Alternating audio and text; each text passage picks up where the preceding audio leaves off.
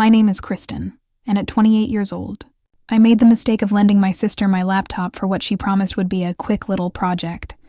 When I finally got it back, she had erased everything: my work, my photos, my documents, my entire digital life gone in an instant.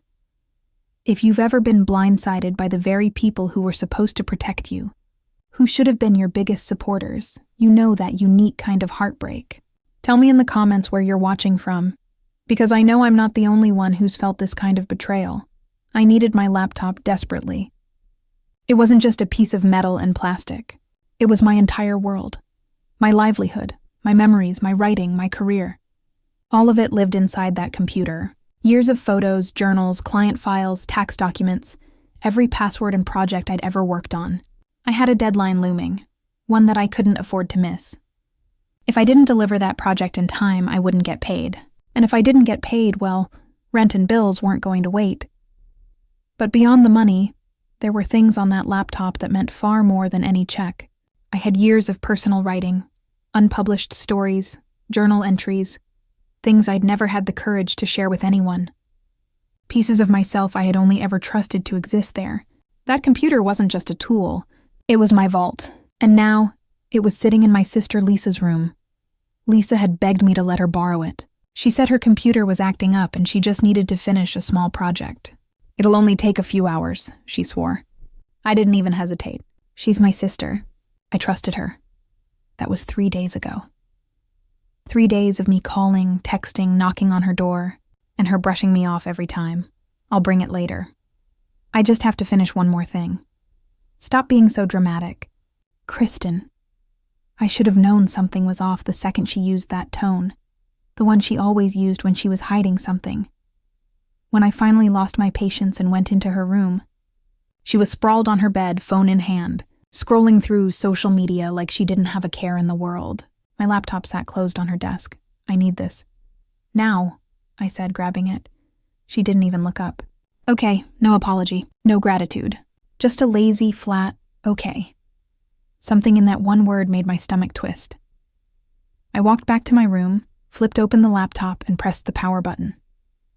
The startup chime sounded familiar and comforting, but when the login screen appeared, something was wrong. The wallpaper was gone, replaced by the generic blue background that came standard with a factory reset. The username wasn't mine either. It just said user. My heart skipped a beat. That wasn't right. I typed my password. Incorrect, I tried again. Incorrect, once more, slowly, carefully. Incorrect. A cold wave of panic started creeping up my neck. I tried the password recovery option, except it wasn't there. None of my usual settings were. It was like the system didn't even recognize me anymore. I went into the File Explorer, hoping maybe I could find my files under a different account or folder, but everything was empty. Every single thing, no documents, no photos, no music, no saved logins, nothing, just blank. I sat there, frozen. My fingers went numb against the keyboard. At first, I told myself it had to be a mistake. Maybe she logged into a guest account. Maybe my data was still there somewhere, hidden. I clicked through every setting, every menu, every possible directory. But the deeper I looked, the worse the truth became. No browser history. No software installations. Not even the Wi-Fi passwords I had saved. It was like my laptop had been reborn. A clean slate. Except my life had been erased with it. I stormed back to Lisa's room, fury shaking through me. What the hell did you do to my computer? She groaned and lowered her phone, looking at me like I was interrupting something trivial. What are you talking about? My laptop? I shouted. Where are my files? Oh, she said casually, like we were discussing the weather. That, I wiped it. For a full second, my brain refused to process the words. You. What? I reset it, she said, shrugging. It was running really slow, so I did a factory reset. You're welcome. It's faster now. I stared at her, mouth open, my pulse pounding in my ears. Lisa, you deleted everything. My files, my work, my pictures, everything. She frowned slightly, confused. Yeah, but it's fine, right? You can just re-download your stuff. My stuff? My voice cracked. Lisa, I had years of work on there. You didn't just delete some apps. You erased my life. She laughed. Oh my God, Kristen, calm down. It's just a laptop. That was it. The snap. The invisible thread holding my composure together broke clean in half. I had spent years helping her, lending her money when she was short on rent, driving her around when she refused to take the bus, covering for her when she messed up. I never asked for anything in return. But this was the one thing I could never replace. Why did you reset it? I asked quietly, my voice low and shaking. Her eyes flickered. Just for a second, but I saw it. She hesitated. It was tiny, almost imperceptible, but Lisa never hesitated. I told you, she said, suddenly defensive. It was slow. I was trying to help. No, I said slowly, stepping closer. You're lying. What were you doing on my laptop? She rolled her eyes. I told you I needed it for a project. What project? Something for work. But her voice wavered this time. And in that hesitation, everything clicked. This wasn't about her being careless. She didn't wipe my laptop because it was slow. She wiped it because she didn't want me to see something. I stared at her. Lisa, what did you delete?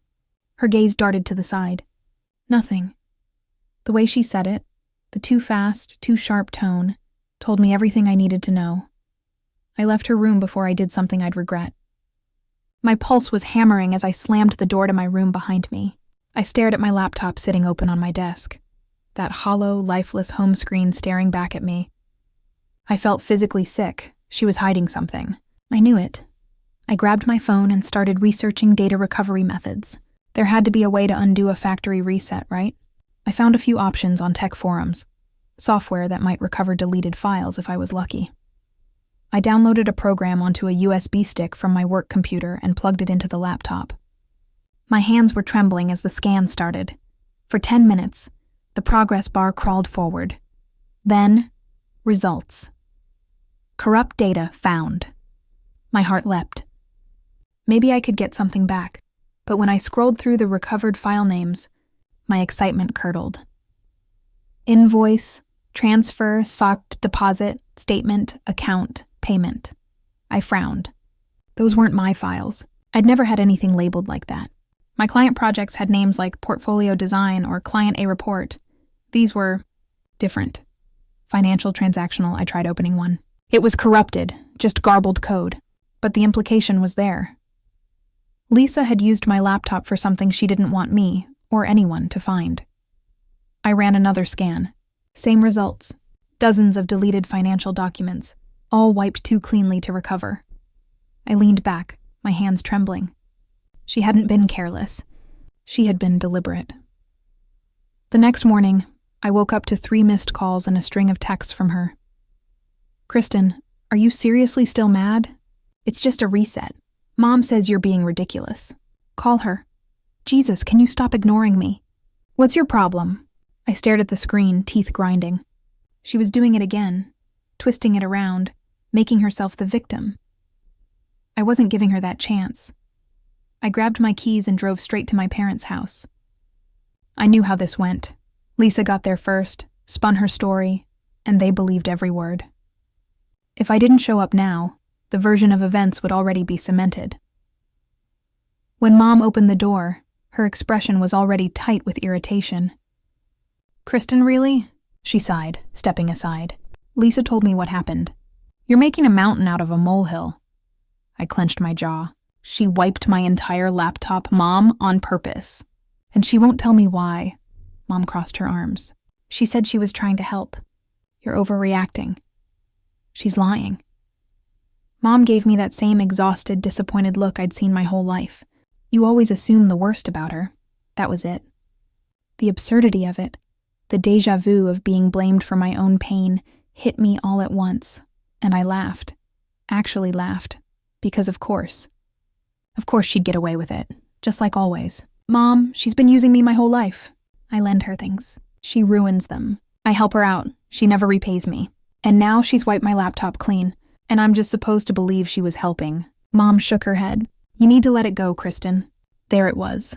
The same gaslighting, the same deflection, the same excuse I'm making for Lisa's behavior. I took a deep breath, forcing myself to stay calm. Fine. You want me to let it go? Then tell Lisa to tell me exactly what she was doing on my laptop. Mom hesitated. It doesn't matter. It does matter. My voice was sharp now because I ran a recovery scan, and I found traces of financial records, invoices, payment records, things that weren't mine. Mom's face froze just for a second. She knew something. You, she started, then caught herself. Lisa told me you'd come up with some ridiculous theory. I took a step closer. What do you know, Mom? She pressed her lips together. Nothing.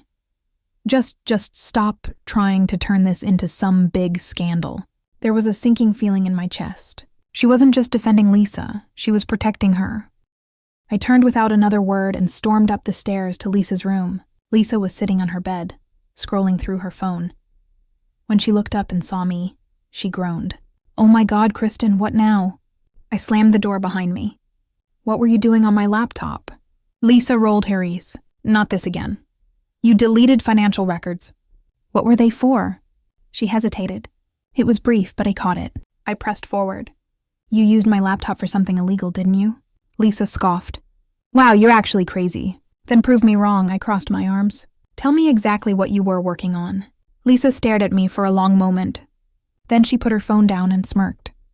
Fine. You want the truth? My stomach twisted. Lisa leaned back against the headboard, stretching out like she had all the time in the world. I was helping a friend out, she said. I needed a way to move some money around, and I had to use a clean device. My blood went cold. A clean device. My device. I opened my mouth, but no words came out. Lisa grinned like she was enjoying this. Relax.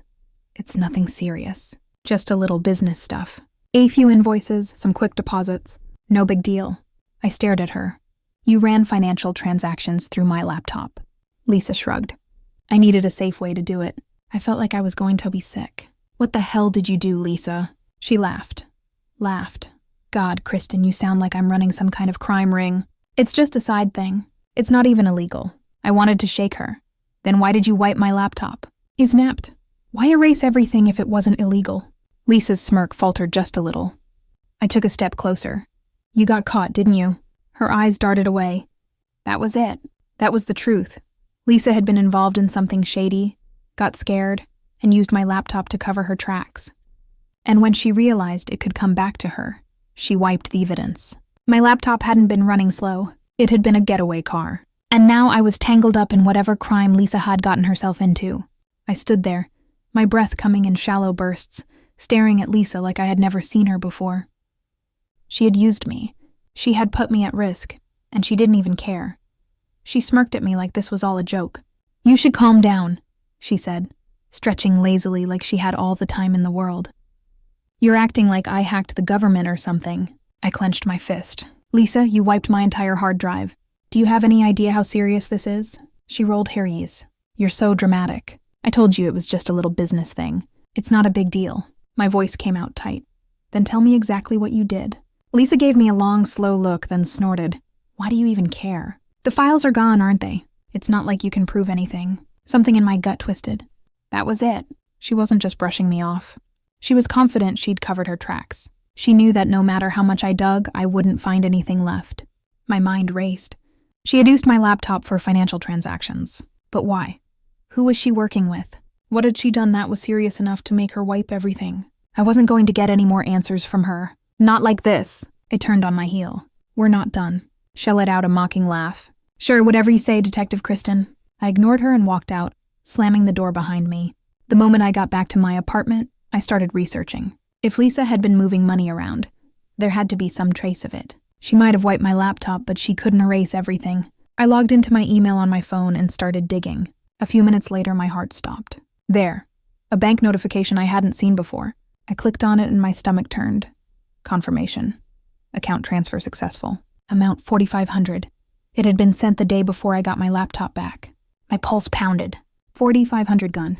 The email listed an account number I didn't recognize. The sender name was not mine. Lisa had used my laptop to make a transfer in someone else's name. Whose account was this? Where did the money go? I scrolled further, my hand shaking. Another email. Deposit received $2,200. Transaction ID. I stopped. This was an incoming payment. Someone had sent money to an account linked to my laptop. I grabbed my phone and called my bank. Hi, I think there's been fraudulent activity on my account, I said, barely able to keep my voice steady. I need to report any unauthorized transaction. The rep on the other end started asking questions, but I already knew what they were going to say. The account that had received money, it was new. It had been created recently, and it was linked to my laptop.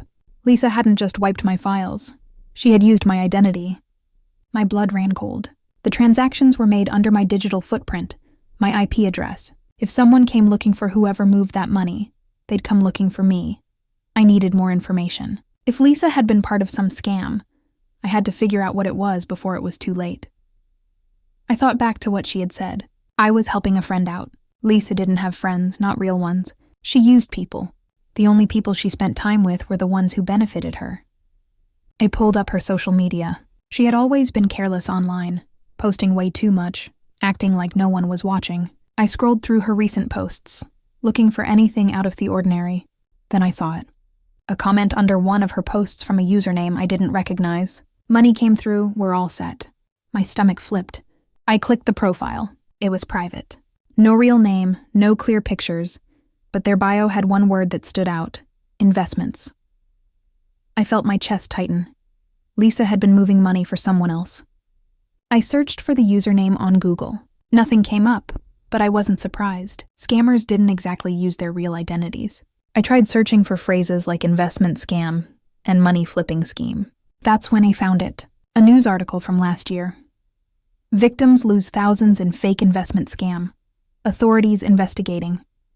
I clicked on it, my hands sweating. The article described exactly what I suspected. A fake business that promised high returns, tricking people into depositing money. The scammers would move the money through different accounts to hide the trail. And once the victims realized they had been scammed, the money was already gone. I felt sick.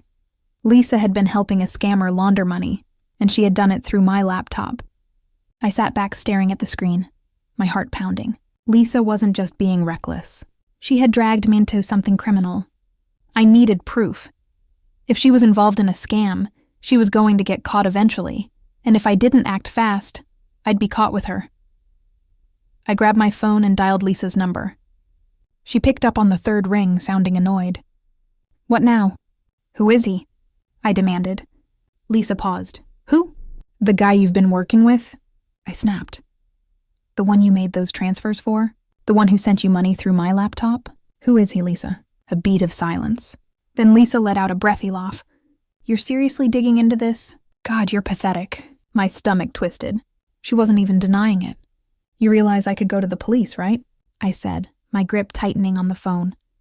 Another pause, then coldly. "You won't." I hesitated. Lisa's voice was quiet now. Dangerous. "You won't say anything because if you do, you'll go down with me." I sucked in a breath. She was right. The transactions, the IP address, the digital footprint, it all led back to my laptop. Lisa had made sure of it. And now if I turned her in, I was the one who would look guilty. I gritted my teeth. "You think I'll just let this go?" Lisa laughed. "Face it, Kristen," she said. "You're trapped." Then she hung up. I sat there gripping my phone so hard my knuckles turned white. For years I had been letting Lisa get away with everything. But this time, I wasn't going to let her win. I didn't sleep that night. Lisa's voice kept playing in my head. "Face it, Kristen, you're trapped." And for the first time, I actually felt it. I had spent my entire life cleaning up after Lisa, dealing with the messes she left behind.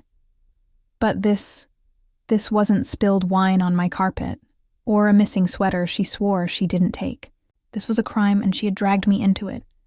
I sat in the dim glow of my laptop screen, staring at the bank transaction confirmations.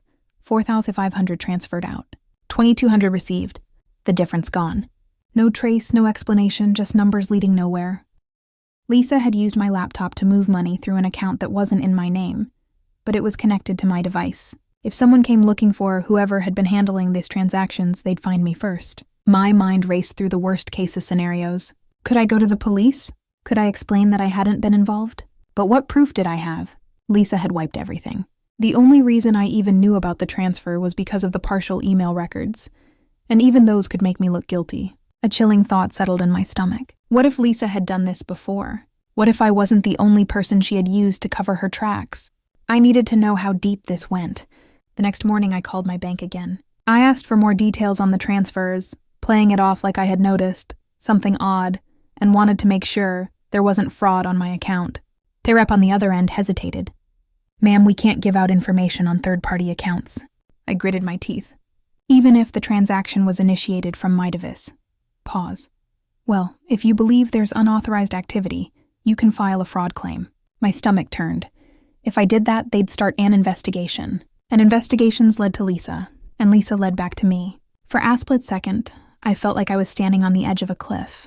If I walked away now, if I shut my mouth and let Lisa get away with this, I might be safe.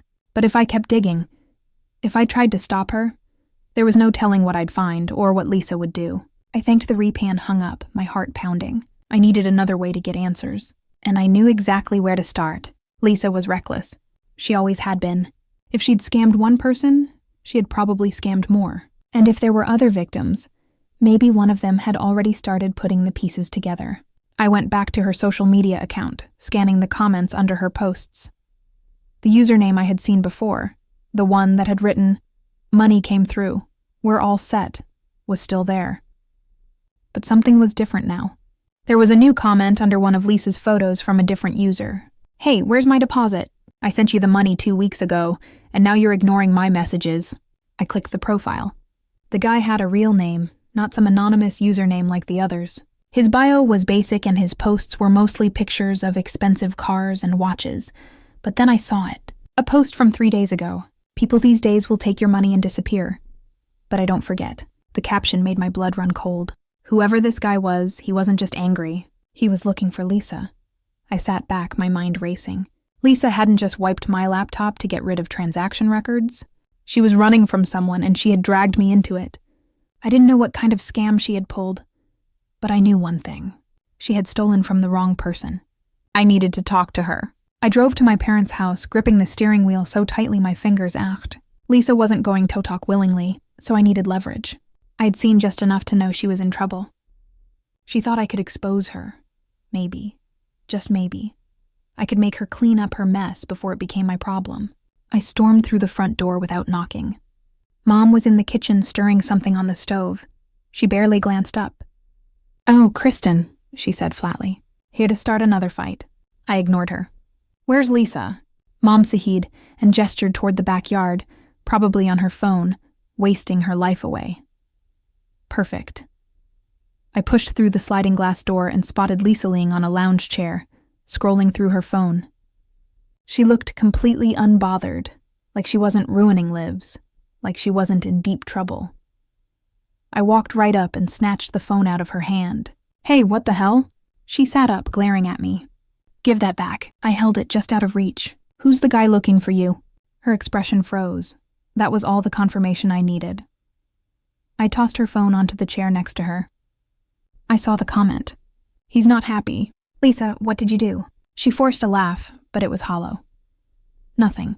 Some guy got the wrong idea, that's all." I folded my arms. "Lisa, I know you were moving money. I saw the transactions before you wiped my laptop. You think I wouldn't notice?" Her jaw clenched. "You're going to fix this," I said. "Right now," Lisa scoffed. "And how exactly do you think I'm supposed to do that?" I took a slow breath, forcing myself to stay calm. "You're going to find a way to return the money." Lisa laughed. Actually laughed. "Oh, sure. I'll just pull thousands of dollars out of thin air. Sounds great." I stared at her. "Figure it out." She rolled her eyes. "God, Kristen, you're so I cut her off. Or I'll tell Mom and Dad everything. I'll tell them about the money laundering, about the fake investment scam, about how you used my laptop to do it. And when that guy finds you, I won't protect you." Lisa's face drained of color. For the first time, she looked scared. She swallowed hard, looking away. "You wouldn't." I didn't say anything, just held her gaze. A long silence stretched between us. Finally, she let out a shaky breath.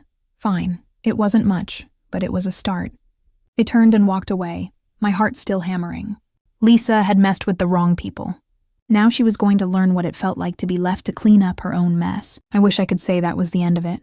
That Lisa panicked, fixed everything, and life went back to normal. But that's not what happened. Lisa didn't fix anything. She ran. A week after I confronted her, she disappeared.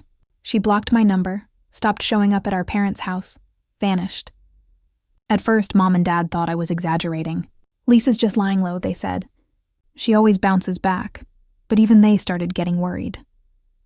when her landlord called looking for her, then her job called, then finally, the police.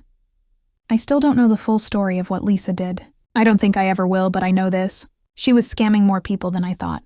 And eventually, one of them decided to go after her. Lisa wasn't just running a simple investment scheme.